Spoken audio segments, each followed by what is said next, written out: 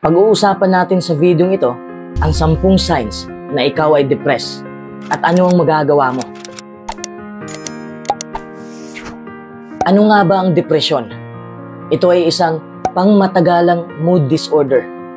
Ito ay isang kalungkutan na nagtatagal ng ilang linggo o umabot pa nga ng ilang buwan. Nakakaapekto ito sa iyong pang-araw-araw na buhay. Mawawalan ka ng ganang kumilos. Hindi ka nakakaramdam ng saya sa mga pinagagawa mo. O nawalan ka na ng interes sa ilang mga bagay. Lahat naman tayo ay may ups and downs. Minsan, down na down ang ating emosyon dahil sa iba't ibang mga kadahilanan. Kaya yung iba ay hindi nila bastang matukoy ang kanilang nararamdaman. Kapag sila ay nalulungkot, sinasabi nila na depressed daw sila. Pero magkaiba ang kalungkutan sa depresyon. As I have said earlier, depression is a longer-term mental illness. Pero ang kalungkutan ay isang emosyon na lumalabas lamang kung may nangyayaring hindi maganda. At ang kalungkutan ay pansamantala lamang. Hindi katulad ng depresyon na magtatagal talaga. Kahit na-depress ka na noon, may posibilidad na pwede itong maulit muli. Kung sa palagay mo ay depressed ka, huwag kang magpanik. Huwag kang mag-alala dahil pwede itong mawala. Pero bago po natin ipagpatuloy ang video ito, gusto ko munang mag-shoutout sa aktibong viewers natin. Shoutout kay Asuncion Tanega at shoutout din kay Blisilda Barrientos na nasa Dubai ngayon. Ingat ka dyan lagi. At shoutout din kay Arlene Bardahe na nasa Saudi ngayon. Ingat po kayo. Maraming salamat po sa inyong panonood at natutuwa po ako sa positibong komento nyo. Balik na po tayo sa topic natin. First sign na depressed ka ay hindi ka makapag-concentrate. Kung ito ang napapansin mo sa sarili mo, yun bang kahit anong gawin mo, hindi ka makakapag-concentrate o mabagal ang takbo ng isip mo, maaaring ito ay dahil sa depresyon. Kapag depressed ang isang tao, puno ng distractions ang kanyang ulo. Yan ang kasama ng depresyon. Nabi-brain fog ang isipan natin at mahihirapan tayong makapag-isip ng maayos. Sa sobrang hirap mong makapag-concentrate, kung may kausap ka, hindi mo madaling maintindihan ang pinag-uusapan nyo. Bukod pa rito, maaaring hindi mo magawa ng maayos ang trabaho mo kasi nga mabagal ang kilos ng iyong pag-iisip.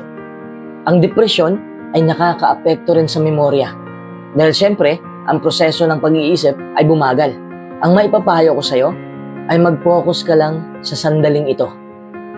Alam ko na magre-react ka. Mahirap nga makapokus tapos pinapokus mo ako. Kapag kasi depressed ka, yung iniisip mo ay kung saan-saan na lang pumupunta. Kaya ang sabi ko, mag-focus ka lang sa isa. Piliin mo ang ngayon. Piliin mo ang sandaling ito. Mahirap mag-concentrate kapag ang iyong isip ay laging nasa nakaraan at laging nag-aalala tungkol sa hinaharap. Bagamat hindi ito madali, magsikap ka pa ring bitawan ang mga nakaraang kaganapan. Alamin mo kung ano ang epekto ng nakaraan mo. Alamin mo kung ano ang iyong nararamdaman sa panahong yon. At alamin mo kung ano ang iyong natutunan mula sa iyong nakaraan. Pagkatapos, ay hayaan mo na ito. Similarly, acknowledge your concerns about the future. Consider how you are experiencing that anxiety in your body. Then choose to let it go. Dapat sanayin natin ang ating isip na tumuon sa mga mahalagang bagay ngayon. Kung saan tayo nakapokus, doon din ang ating direksyon. Kung nakapokus ka sa kahapon mo, hihilahin ka nito araw-araw. Kung nakapokus ka lagi sa kinabukasan mo, magkaka-anxiety ka. Kung mag-focus ka sa ngayon mo, siguradong kalmado ang takbo ng iyong isip. Subukan mo lang. Second sign na depressed ka ay nag-aalinlangan ka. Ang ibig kong sabihin ay hirap kang makapagdesisyon. Ang kawalan mo ng kakayahang magdesisyon ay minsan dahil sa kakulangan ng motibasyon at hindi mo nakikita ang reward sa mga ginagawa mo. Kapag kasi depressed ka, iniisip mo na lang na wala nang saysay ang lahat. Kaya wala ka ring motibasyon na gawin ang mga bagay-bagay. Ang isa pang dahilan kung bakit maaaring hindi ka makapagdesisyon ng maayos ay dahil sa anxiety.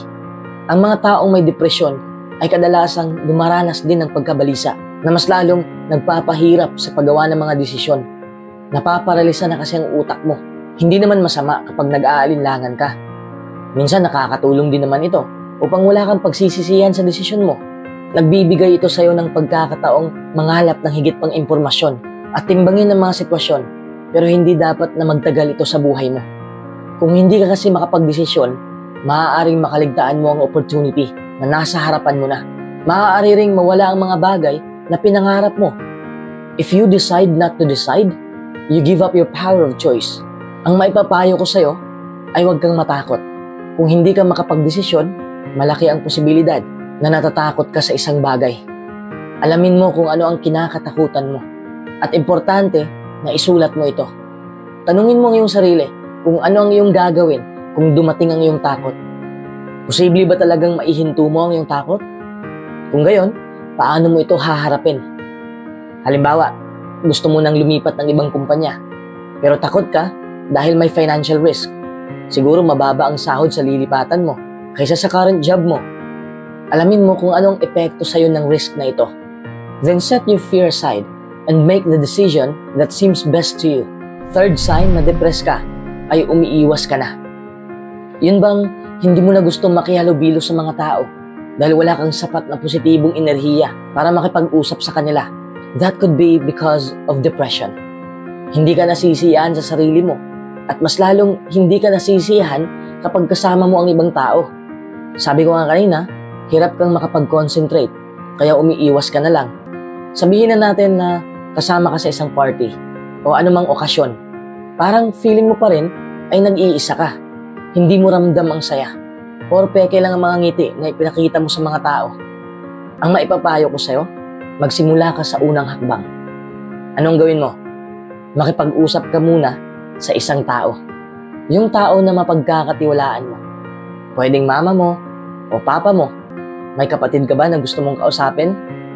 May kaibigan ka bang pinagkakatiwalaan? Makipag-usap ka sa isa. And then, sa dalawa. Sa tatlo.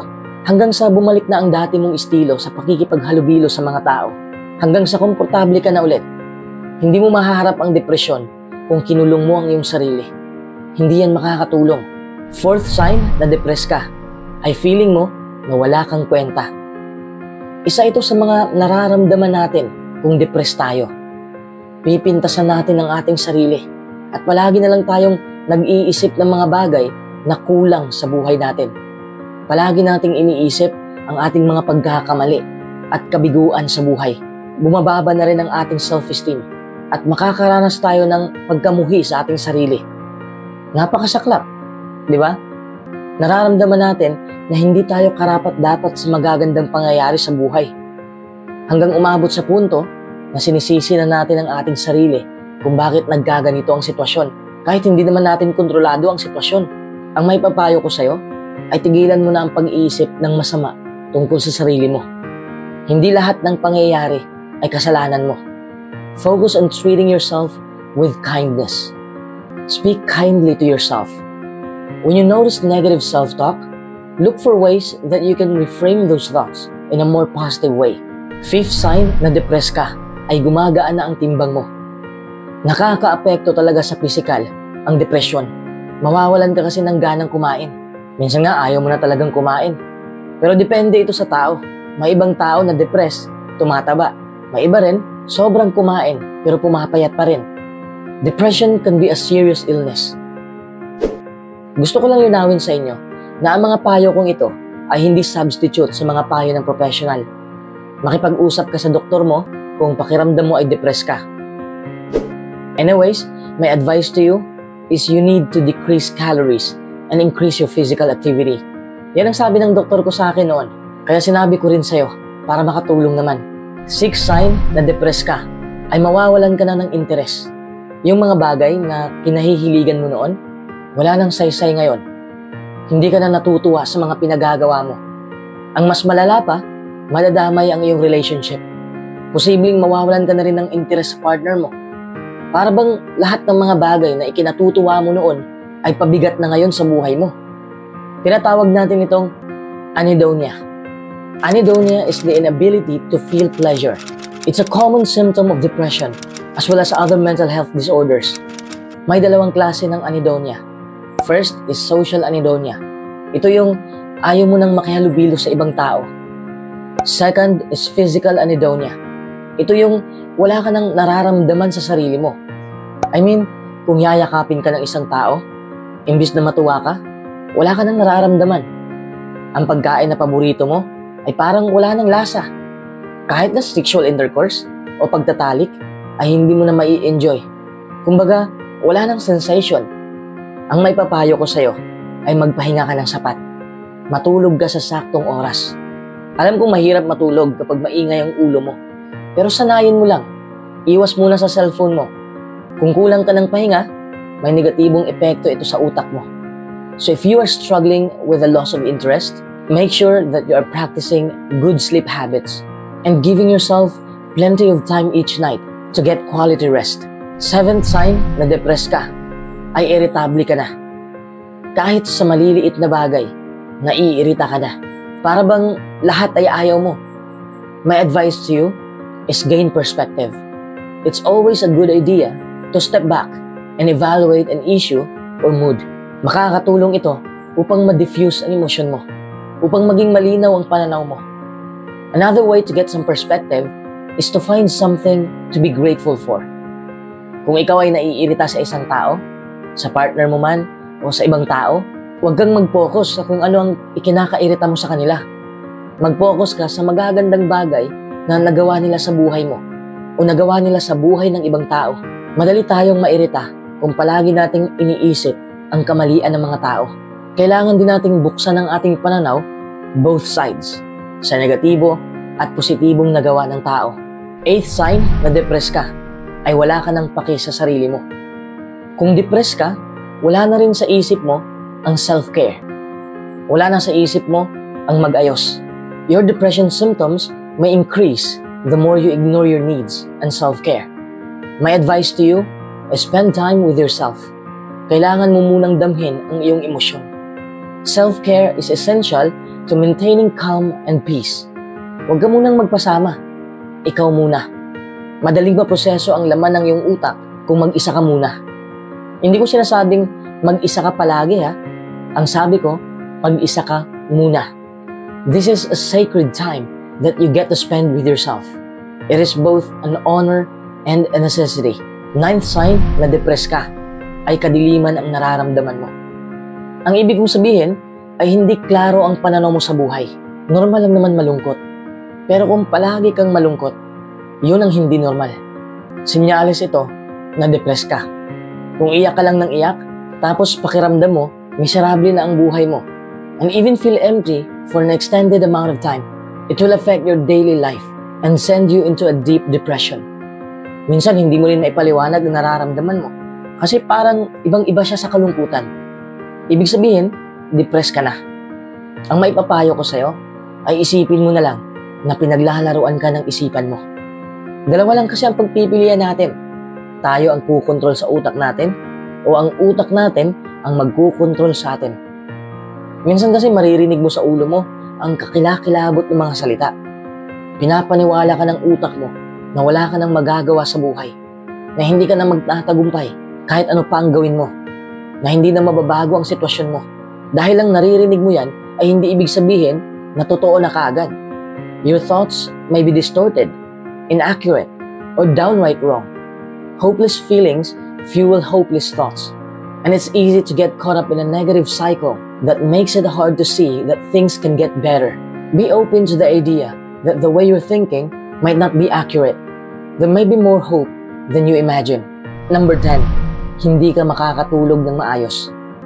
Pero may ibang tao rin na depressed pero sobra naman kumatulog. Para bang sobrang pagod. Depende ito sa tao. Pero kung ikaw yung tipo na hindi makatulog, siguradong mas mahihirapan ka lalo sa buhay. Hindi ka makakatulog dahil ang daming tumatakbo sa ulo mo. Ang may papayo ko sa'yo ay dapat may routine ka tuwing gabi. Bago ka matulog, huwag mo munang pagurin ang sarili mo. Mag-relax ka ng isang oras bago ka humiga. Ito ang payo ng doktor ko sa akin at gusto kong ipaalam din ito sa'yo. Ibig kong sabihin sa huwag mong pagurin ang sarili mo ay huwag kang humawak ng cellphone o tablet o maglaro sa computer. The blue light they emit overstimulates the mind and suppresses melatonin production. Melatonin is a hormone that promotes sleep. Kung palagi kang nakatutok sa screen, tataas ang level ng iyong stress. At syempre, parang maramdaman mong mabigat ang ulo mo. Iwas lang sa screen ng 1 oras bago ka humiga. Oo, alam ko na ang depresyon ay mahirap lampasan. Tapos kung malampasan mo man, medyo mag-aalala ka pa rin. Dahil maiisip mo kung paano kung babalik na naman ulit. Pero wag mo munang pangunahan. Kung sa palagay mo ay depressed ka ngayon, wag mong baliwalain. Magpatulong ka kung nahihirapan ka na. Huwag kang mahiya dahil ang depresyon ay hindi yan biro. Hindi yan imbento lang ng mga tao. Totoo itong sakit sa isip ng tao. Kung hindi ka man depressed, kung may nakita ka mang depressed na tao, tulungan mo sila. Sometimes, they need to know someone is rooting for them and wanting to see them pull through. Huwag mong patagalin ang depresyon sa kalooban mo dahil siguradong lalamunin ka nito. Wala itong awa. Parang literal na halimaw na rin ito na maituturing. The sooner, the better. Because if the depression festers, then it can become worse and cause suicidal thoughts. When that happens, immediate help is necessary. Pumunta ka kaagad sa ospital. Uulitin ko, ang mga payo kong ito ay hindi substitute sa mga payo ng professional. Maraming salamat.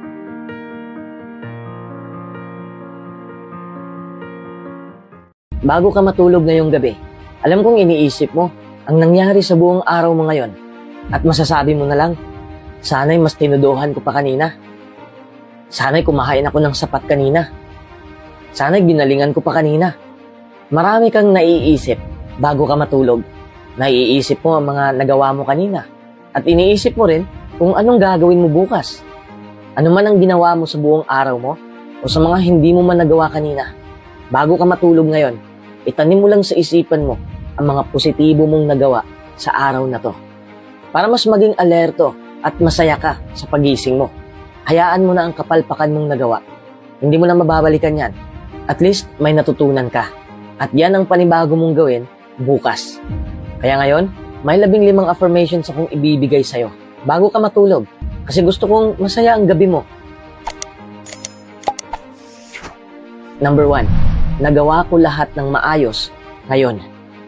Alam kong unang affirmation pa lang, hindi ka na naniniwala. Kasi sa palagay mo, ay wala kang nagawang maayos ngayon. Pero alam mo, may nagawa ka namang maganda. Hindi mo lang napapansin kasi nasasapawan ng negatibong iniisip mo. Hindi ka na kontento sa nagawa mo kanina. Pero aminin na natin, hindi sa lahat ng araw ay maayos ang nagawa natin. Aminado tayo dyan. Pero dapat ka pa rin matuwa sa trabahong natapos mo. Sa mga customers na napaglingkuran mo. Ang dami mong nagawa sa araw na to. Dapat proud ka at masaya ka dahil ang lahat ng yon ay pinagpawisan mo. Lahat ng ginagawa mo ay pinagsisikapan mo. Hindi ka ba natutuwa sa kasipagan mo? Hindi man 100% na maayos talaga ang pagkatrabaho mo gaya ng inaasahan mo, pero magpasalamat ka pa rin dahil natapos mo. Kung hindi mo man natapos ang mga gawain mo, at least iniisip mo pa rin na dapat yung tapusin. Huwag kang magalit sa sarili mo kung may pagkakamali ka mang nagawa ngayon. Normal lang yan sa buhay. Kahit ako nga ay nagkakamali rin. Hindi man lahat nakaka-appreciate sa ginagawa mo, pero sa huli, opinion mo lang naman ang kailangan mong paniwalaan. Number 2, may nagmamahal sa akin. Bago ka matulog, isipin mo na may nagmamahal sa'yo. Kung iniwan ka man ng kasintahan mo, kung nasaktan ka man, tandaan mo na hindi lang kasintahan ang nagmamahal sa'yo. Ang daming nagmamahal sa'yo. Ang mga kaibigan mo, ang mga kamag-anak mo, ang pamilya mo. Remind yourself that as a child of God, you deserve a fulfilling life, overflowing with love and happiness. Kahit hindi mo gusto ang nangyari sa araw mo ngayon, kailangan mo pa rin sabihin sa sarili mo, kahit ang dami kong kamalian sa buhay, kahit palpak akong tao, may nagmamahal pa rin sa akin. I deserve passion. I deserve to be loved in every way. Kasi totoo naman, maraming nagmamahal sa'yo. Hindi mo malalaman na may nagmamahal sa'yo kasi sinara mo ang iyong puso. Nakapokus ka lang kasi sa taong nananakit sa'yo. Hindi porket sinaktan ka ng isa, ay sinaktan ka na ng lahat. Isang tao lang yon. Always open your heart and allow love to flow there. Tandaan mo to, may nagmamahal sa'yo kahit hindi ka perpekto. Sabihin mo yan sa sarili mo bago ka matulog. Say that aloud. And you will slowly start to see more abundance flow into your life. Number 3, alam kong makakaya ko to. Madalas ko kasing naririnig ang mga tao na nagsasabing, makakaya ko kaya to? Teka lang, hindi ka ba naniniwala sa sarili mo? Sa potensyal mo? Sa skill mo? Sa talento mo? Lahat naman tayo ay gustong umangat sa buhay. And luckily, we can offer up a serving of self-assurance to ourselves. Anytime we want, ipaalala mo sa iyong sarili na may potensyal ka. Lahat naman tayo ay may potensyal. Binigyan tayo ng Diyos ng kakayahan. Binigyan tayo ng Diyos ng utak para makapag-isip ng mabuti. We have to think bigger and dive deeper. Ipasok mo yan sa isipan mo at magbubunga ang resulta nito. Number 4, lahat ng kailangan ko ay nasa sakin na. Ang dahilan kung bakit na-stress ang karamihan ay sa kakahabol ng mga material na bagay. Iniisip kasi nila na ang kailangan nila ay wala pa sa kanila. Iniisip mo rin ba yon? Take note, magkakaiba ang kailangan at kagustuhan. Kung nakakakain ka ng 3 beses sa isang araw, kung nakakainom ka pa rin ng tubig, kung may naisusuot ka pa rin, kung may pamilya ka, kahit kamag-anak man yan, o kahit nakitira ka lang sa mga kaibigan mo, kung naaarawan ka pa rin, wala ka ng ibang kailangan. Kasi, mayaman ka na. Yan lang naman ang totoo nating pangangailangan. Ang ating pangunahing pangangailangan. Ngayon, sabihin mo sa akin, kung ano pa ba ang hinahanap mo? Ang daming taong hindi masaya sa buhay nila. Kasi palagi silang naghahabol sa mga bagay na ilusyon lang. Palagi silang nakapokus sa mga bagay na wala sa kanila. Huwag ka sanang maging ganyan. Kung tutularan mo ang ginawa nila, para ka lang umiiral sa mundo na walang kwenta. Minsan mararamdaman mo yon kung may kwenta ba ang buhay mo. Di ba? Don't just exist. Live fully today. Sa kakapokus mo sa mga bagay na wala sa'yo, hindi mo na rin napapansin ang mga biyayang pumapasok sa buhay mo. Palagi mo itong tandaan para naman makontento ka na sa buhay mo ngayon. Number 5, mahal ko ang sarili ko. Mahalin mo ang sarili mo. Kahit ano pa ang itsura mo. Kahit ano pa ang propesyon mo. Kahit ano man ang negosyo mo. Kahit maliit lang ang bahay mo. Kahit saan ka man nakatira. Kahit mataba ka pa. Kahit maliit na bagay lang ang nakakamit mo. May halaga ka pa rin sa mundong to. You matter. Kaya't mahalin mo ang iyong sarili 100%. Kung hindi mo mahal ang sarili mo, bakit ka pa umaasa na mamahalin ka ng ibang tao? Paano ka mamahalin ng ibang tao kung ikaw nga ay hindi mo maibibigay ang pagmamahal sa mismong sarili mo? Punuin mo muna ng pag-ibig ang puso mo bago ka makapagbahagi sa iba at bago ka mabigyan ng sino man.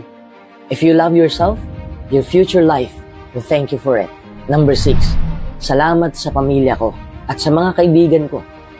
Bago ka matulog, huwag mong kalimutan ang nagawa nila sa'yo sa araw na to. Kasi maikli lang ang buhay. Paano kung bukas wala na sila? Mapapasalamatan mo pa kaya sila? Don't forget to express gratitude, not only for yourself, but for everyone else in your life who loves and support you. Hindi man sila palaging nasa tabi mo, pero alam ko at alam mo na sila ang taong tutulong sa'yo kung mahihirapan ka na. Gratitude is the most powerful thing in the world. Appreciate all the things you have and the people you have.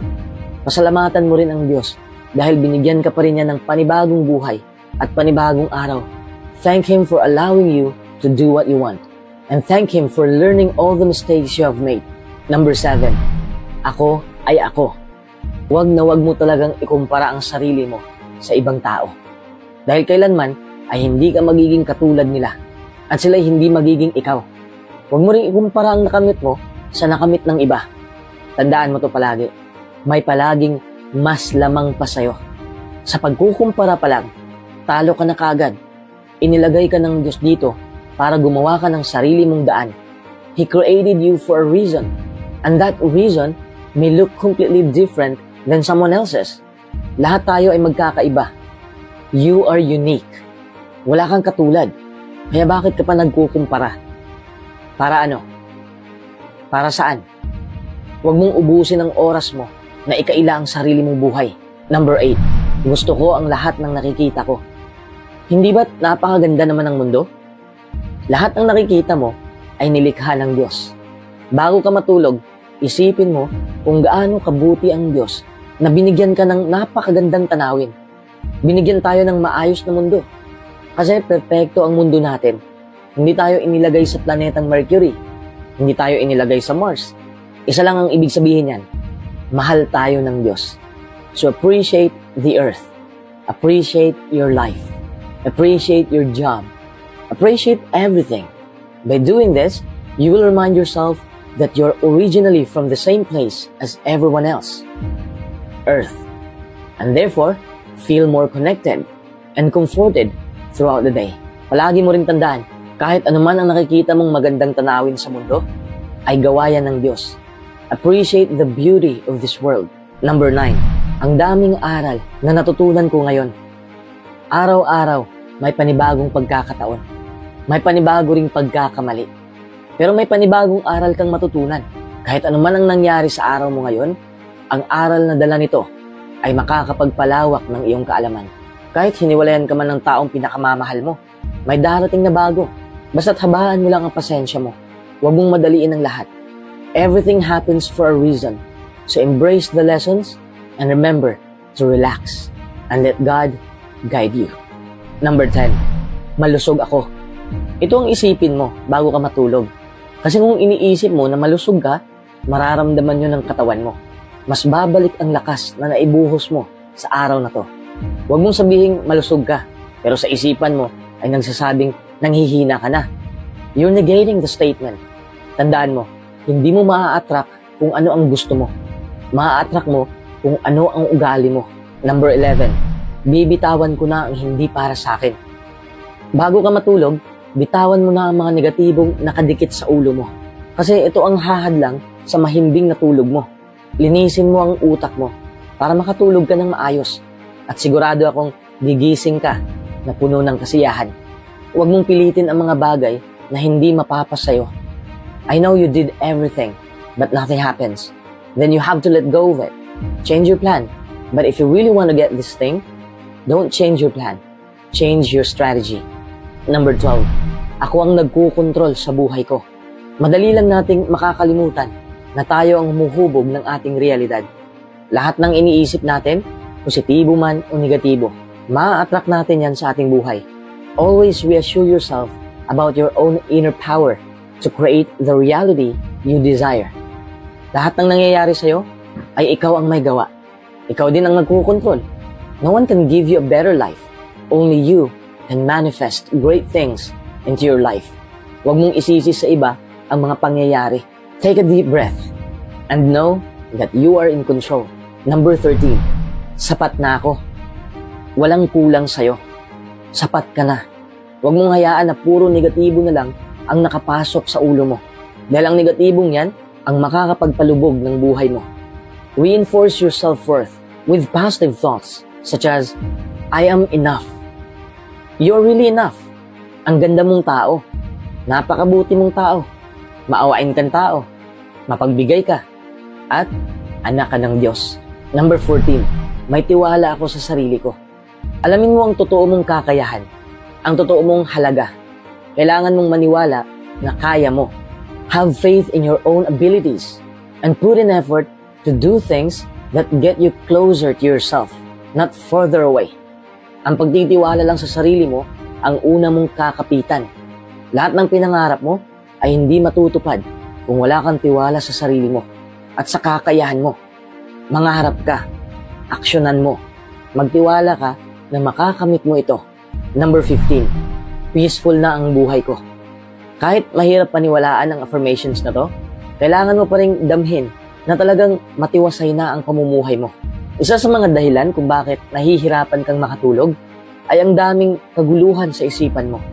Kahit gaano pa katindi ang nangyari sa buong araw mo, pakalmahin mo ang sarili mo. Only you can give peace to yourself.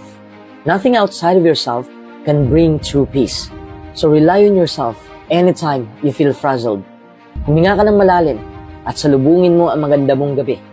Oo, magandang gabi. Dahil alam mo na lahat ay maayos na.